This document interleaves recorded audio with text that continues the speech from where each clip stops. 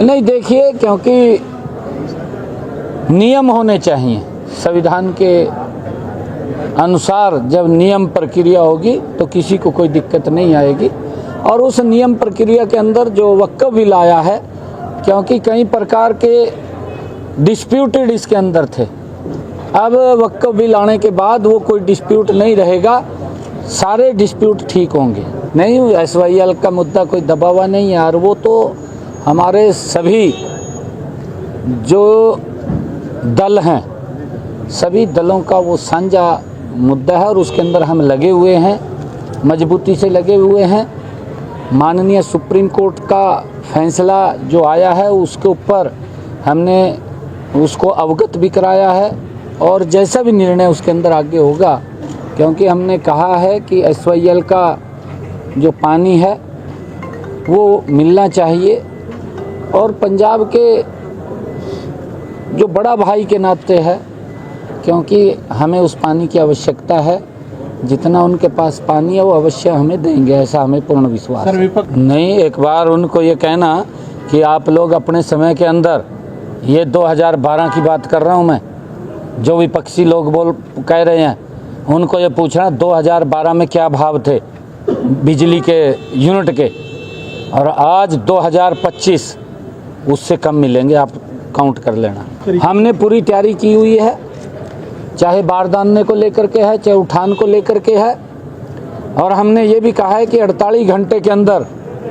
किसान के खाते के अंदर पैसा चले जाएगा। जो ही जे फार्म कटेगा, उठान होगा, उठान होते ही किसान के खाते में पैसा जाएगा। और व्यवस्थाएं हमने की कई बार, क्योंकि आजकल मशीनी युग है, और मशीनी युग के कारण बहुत ज़्यादा मात्रा के अंदर तुरंत किसान अपनी फसल को काट करके मंडी के अंदर पहुंचा देता है। थोड़ी अस्त व्यस्त जरूर होता है, अस्त व्यस्त क्योंकि दबाव बन जाता है एकदम से, उसके कारण थोड़ी सी अस्त व्यस्तता सी होती है, परंतु फिर भी हमने कहा है अधिकारियों को कि इसके ऊपर ज़रूर हम काबू पाएँ।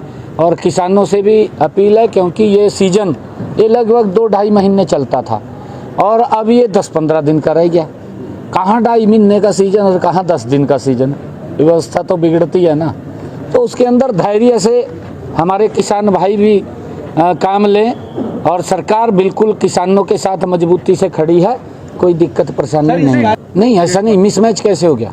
नहीं, रकबा में जो हमारा मेरा फसल मेरा ब्यौरा पोर्टल है, उसके ऊपर रजिस्ट्रेशन है, उसके ऊपर कोई मिसमैच नहीं है। सर, इस कार्यशाला मुख्य उद्देश्य क्या है? 2 मंत्री ने, आरती राव और अनिल विज, उस पर क्या कहना? क्या कार्यशाला का मुख्य उद्देश्य क्या है 2 दिन का? क्या प्रशिक्षित करके क्या कहना? और अनिल विज नहीं आए और आरती राव मुख्य, इसका क्या मतलब है? कोई काम भी हो सकता है मेरे यार, न्यू थोड़ा करो तब। ये क्या, ये तो कोई सवाल नहीं है यार। ना ना ना, कोई काम भी हो सकता है किसी को। 14 अप्रैल को भारत रत्न बाबा साहेब डॉक्टर भीमराव अंबेडकर जी की जयंती के अवसर पर देश के यशस्वी प्रधानमंत्री और दुनिया के नेता आदरणीय नरेंद्र मोदी जी हरियाणा में एक बड़ी सौगात देने के लिए आ रहे हैं। सबसे पहले आदरणीय प्रधानमंत्री जी हिसार में एयरपोर्ट जो वहाँ से फ्लाइट शुरू होंगी उसका शुभारंभ करेंगे, टर्मिनल का शिलान्यास करेंगे, और हमारे हरियाणा के लोगों से वार्तालाप भी करेंगे। दूसरा बड़ा कार्यक्रम यमुनानगर में है। यमुनानगर में 800 मेगावाट का यूनिट, उसका शिलान्यास करेंगे, वहाँ पर भी बड़ा कार्यक्रम हो रहेगा।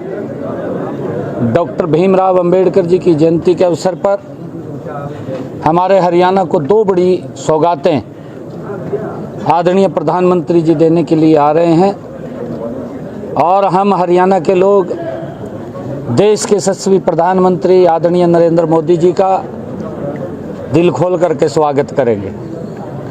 हमें गर्व है ऐसे प्रधानमंत्री पे जिन्होंने भारत की तस्वीर को लगातार बदलने का काम कर रहे हैं, जिनका एक विजन भी है, जिनका एक मिशन भी है कि भारत विकसित राष्ट्र बने, और उस दिशा में गति से काम चल रहा है। तो हरियाणा के लोग भी आदरणीय प्रधानमंत्री जी के उस मिशन के साथ कंधे से कंधा मिला करके विकसित हरियाणा, विकसित भारत गति से काम करेंगे। ये डबल इंजन सरकार की ताकत है, और यहाँ ट्रिपल इंजन सरकार बनी है, 3 गुना गति से काम करेंगे। तैयारियों को लेकर के बातचीत रही है। मैंने कहा है ना कि प्रधानमंत्री जी आ रहे हैं, दिल खोल करके हरियाणा के लोग स्वागत करेंगे। पूरी चर्चा रही है, एक एक बिंदु के ऊपर, व्यवस्थाओं से लेकर के, व्यवस्थाओं से संख्या की दृष्टि से, हर बात को लेकर के सभी माननीय विधायकों ने और सभी माननीय मंत्रीगण ने बैठ कर के चर्चा की है। और 5 तारीख को एक हमारे चुनाव लड़े प्रत्याशी, हमारे सभी सांसदगण, हमारे जिला के अध्यक्षगण, जिला के प्रभारीगण, एक बड़ी बैठक, इसी के निमित्त ही आज हमने मोटा मोटा वो खाका तैयार किया है, और उसको अंतिम रूप 5 तारीख को हम रोहतक की बैठक में दे देंगे।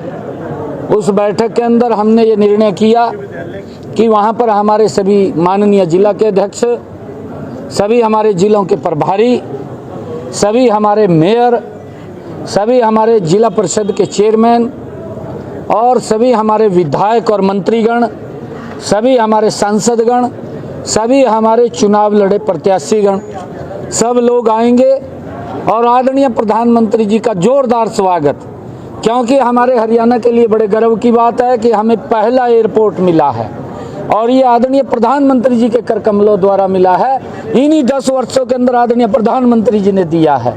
ये हमारे हरियाणा के लिए बड़े गर्व और गौरव की बात है। हाँ, मैं दुर्गा माँ के नवरात्रे चले हुए हैं, नवरात्रों की पूरे प्रदेशवासियों को बहुत बहुत बधाई देता हूँ, शुभकामनाएं देता हूँ, और माँ दुर्गा के चरणों में ये प्रार्थना भी करता हूँ कि हमारे हरियाणा के 2 करोड़ 80 लाख लोग स्वस्थ रहें और विकास की नई नई ऊंचाइयों को छूते रहें। ऐसी मैं माँ दुर्गा के चरणों में प्रार्थना